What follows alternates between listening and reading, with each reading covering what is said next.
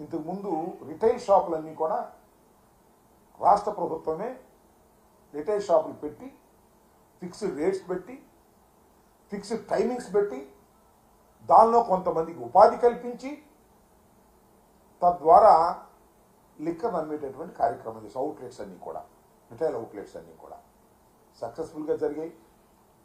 ప్రభుత్వానికి కూడా ఆదాయం వచ్చింది. వాల్యూమ్స్ ఆఫ్ ది లిక్కర్ వాడకం తగ్గింది. అంటే వాడకం తగ్గింది అంటే కన్సంప్షన్ తగ్గింది. అంటే తాగేవాళ్ళు తాగనంత ఇటువరకంత విచ్చలవిడిగా తాక్కోకుండా ఉండేటటువంటి ప్రయత్నం చేసి కొంత మేరకు నియంత్రించేటటువంటి కార్యక్రమాన్ని వైఎస్ఆర్ కాంగ్రెస్ పార్టీ అధికారంలో ఉన్నప్పుడు, జగన్మోహన్ రెడ్డి గారు అధికారంలో ఉన్నప్పుడు మేము తీవ్రంగా ప్రయత్నం చేశాం. మేము ప్రయత్నం చేసినప్పుడు చంద్రబాబు నాయుడు గారు చాలా ప్రచారం చేశారు. నాణ్యమైనటువంటి మద్యం దొరకటం లేదు.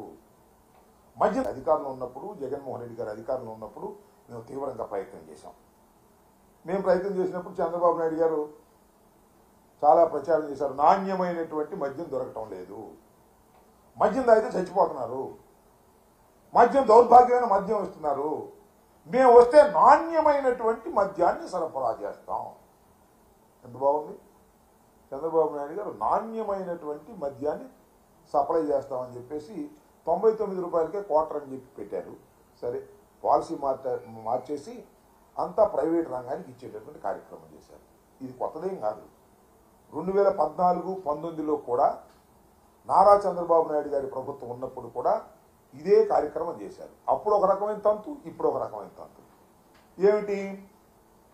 షాపుకు 2 లక్షల రూపాయలు ఎవరైనా ఇవ్వచ్చు. దీన్ని లాటరీ తీస్తారు.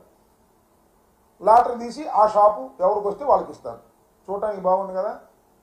చేసేది ఏంటంటే కొన్ని చోట్ల జరుగుతున్నది, ఇంతకు ముందు కూడా జరిగింది. అబ్బాయి ఈ షాపులో మా ఊడు తప్ప ఎవడు 2 లక్షలు కట్టి ఇటేం లేదు. మా ఊడు ఇద్దరే వేస్తారు. ఆ ఇద్దరిలో ఒకనే తీస్తాం, వాడికే ఇస్తాం. ఇది స్థానికంగా ఉన్నటువంటి ఎమ్మెల్యేలు, మంత్రులు చేస్తున్నటువంటి కార్యక్రమం. కొన్ని చోట్ల ఏం తెలుసా, అందరూ వేసుకోండియా, మొత్తం వేసుకోండి. మొత్తం వేసుకున్న తర్వాత ఎవరికి వస్తే వాడు 30 లక్షలు కట్టాలి, 40 లక్షలు కట్టాలి. ఒక నాకు తెలిసిన నియోజకవర్గంలో మొత్తం 20 షాపులు ఉన్నాయి. 20-30 ఎంత 6 కోట్లు. ఎవరైనా షాప్ వేసుకోండి, లాటరీలో ఎవరికన్నా రానియండి. ఒక్కొక్కడు వచ్చిన వాడు షాపు పెట్టుకోవాలంటే 30 లక్షలు ఎమ్మెల్యే గారి కట్టాలి.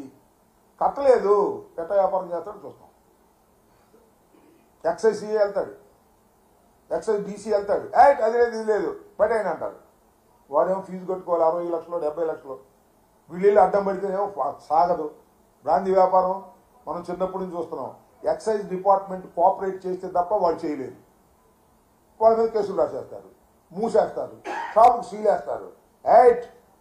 షాపుకు 30 లక్షలు కట్టకపోతే నా నియోజకవర్గంలో ఎవడికి కూడా షాపు దక్కనివ్వను, వ్యాపారం చేసుకొనివ్వను. రౌడీ మామూలుగా నాకు వాళ్ళు ట్యాక్స్, లోకల్ ట్యాక్స్. ఎంత దౌర్భాగ్యం ఉండేది నాకు అర్థం కాలేదు. ఏమండి చంద్రబాబు నాయుడు గారు, మీరు ప్రజలకు ఏమి ఇచ్చారు వాగ్దానం? నాణ్యమైన మద్యం ఇస్తా అన్నారు. నాణ్యమైన మద్యం ఎలా ఇస్తారో రాబోయే కాలంలో చూస్తాం. అది సంగతి అట్టే పెట్టండి. ఇదేంటండి ఈ అన్యాయం? 30 లక్షల రూపాయలు ఒక షాపు లాటరీలో వాడికి వస్తే 30 లక్షల రూపాయలు ఎమ్మెల్యే గారికి కడితే వాడు వ్యాపారం చేసుకున్నట్టు, లేకపోతే వ్యాపారం చేసుకున్నట్టు. ఇంత దుర్మార్గమైనటువంటి సాంప్రదాయాలను మళ్ళా మీరు తీసుకొస్తున్నారు. ఓసారి తీసుకొచ్చి తుక్కుతుక్కుగా ఓడిపోయారు. 2014-19లో కూడా ఇంతే.